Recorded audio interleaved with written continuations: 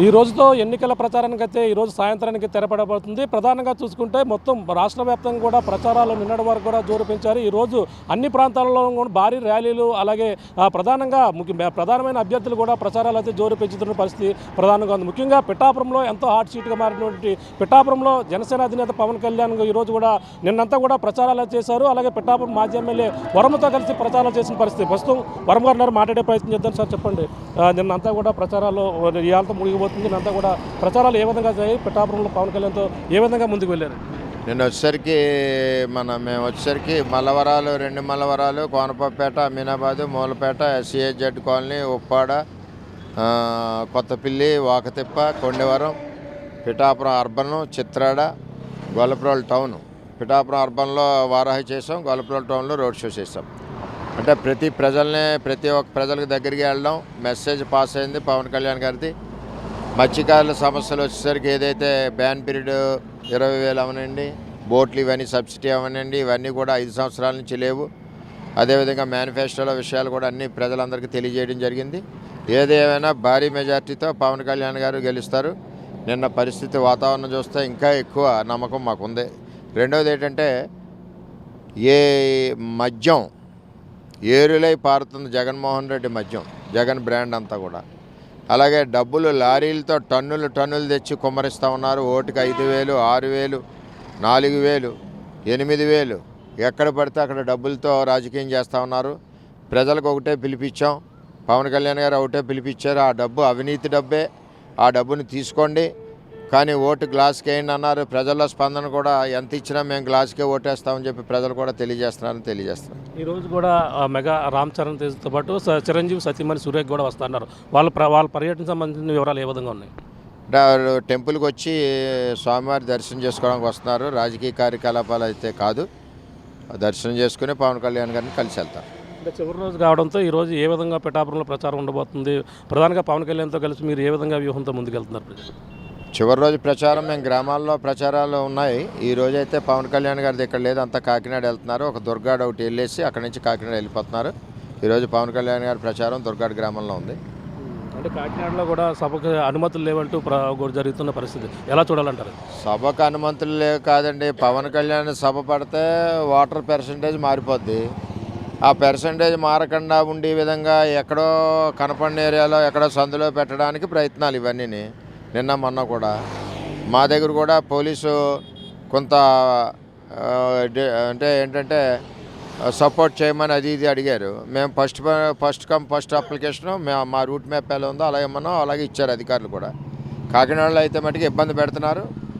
అంటే ఇబ్బంది ఎందుకంటే అతనికి ఒక కాకినాడ ఎమ్మెల్యేకి ఒక భయం వచ్చింది, పవన్ కళ్యాణ్ కనుక వస్తే కాకినాడ టౌన్కి ఎలక్షన్ ఇబ్బంది అవుతుందని ఆలోచనతో వాళ్ళు ప్రీ ప్లాన్డ్గా ముందుగా ర్యాలీలు, ఇండిపెండెంట్ ర్యాలీలు ఏంటంటే నాకు అర్థమవుతాం, ర్యాలీలు పెట్టారు. ఎంపీ ఒక సైడ్ ర్యాలీ, ఎమ్మెల్యే ఒక సైడ్ ర్యాలీ, జగన్మోహన్ రెడ్డి ఒక సైడ్ ర్యాలీ, అన్నీ వైఎస్ఆర్సీపీ పనిచేసుకుంటాయి. ఇంకా మిగిలిన పార్టీలు ఏం చేస్తాయి? ఆ విధంగా రాకూడదు అనుకుంటున్నారు, కానీ ప్రజలు అర్థం చేసుకున్నారు. ఇంకా ఎక్కువ డ్యామేజ్ అవుద్ది వాళ్ళకి. అంటే జగన్మోహన్ రెడ్డి పర్యటన కూడా పక్కన ఉంది పిఠాపురంలోని. ఎలా చూడాలంటే అంటే సభకు సంబంధించిన అక్కడ ఏర్పాట్లు కొంచెం ఇబ్బందులు కలిగాయని చెప్పేసి అంటారా? చూడాలి జగన్మోహన్ రెడ్డి పర్యటనకి ఆల్రెడీ మేము పెంచిన మొక్కలు దగ్గర నేను 5 ఏళ్ళు పెంచాను. సెంట్రల్ లైటింగ్ మొక్కలన్నీ నరికేశారు. ఇంకా పర్యటనే ఉంది, లాస్ట్ పర్యటన అంతే. ఆల్రెడీ అందరూ డ్వాక్రా మహిళలు వెళ్తున్నారు. అందరినీ కూడా గవర్నమెంట్ సెక్టార్ అంతా కూడా ఇండైరెక్ట్గా జనాలందరినీ పంపిస్తుంది. అదే మీటింగ్, సరైన ప్రజలతో మీటింగ్ ఉండాలి కదా.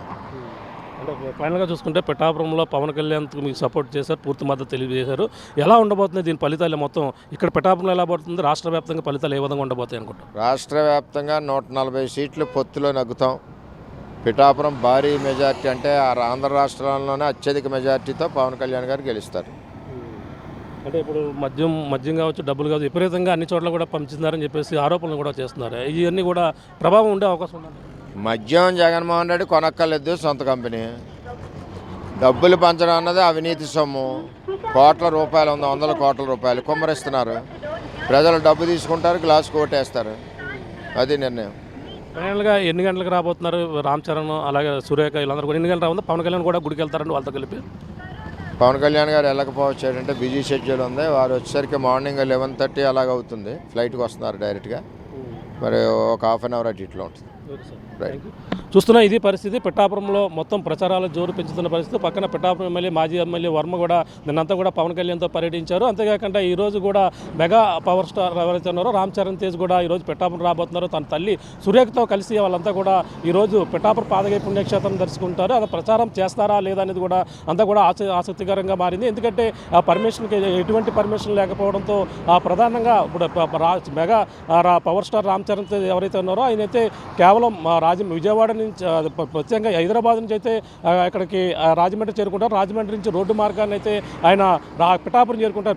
పిఠాపురం పాదగయ పుణ్యక్షేత్రంలో రామ్ చరణ్తో పాటు తల్లి సురేఖ ఇద్దరు కూడా ప్రత్యేకమైన పూజలు చేస్తారు. పవన్ కళ్యాణ్ ఇక్కడ గెలవాలంటూ గత కొన్నాళ్ళ నుంచి కూడా మెగాభిమానులు ప్రచారాలు అయితే జోరు పెంచారు. ఈరోజు ప్రధానంగా పక్కన సీఎం సభ కూడా పిఠాపురంలోనే ఉంది. మధ్యాహ్నం నుంచి కూడా సీఎం సభ జరగబోతుంది. మరో పక్కన ఉదయం రామ్ చరణ్ అయితే పిఠాపురం పాదగయ వస్తుందో భారీగా అభిమానులు ఇక్కడ చేరుకుంటున్న పరిస్థితి ప్రధానంగా ఉందని చెప్పాలి. ఇది కూడా ఉన్న తాజా పరిస్థితి. కెమెరా రాముతో ప్రకాష్, ఆర్టీవీ, పిఠాపురం నుంచి.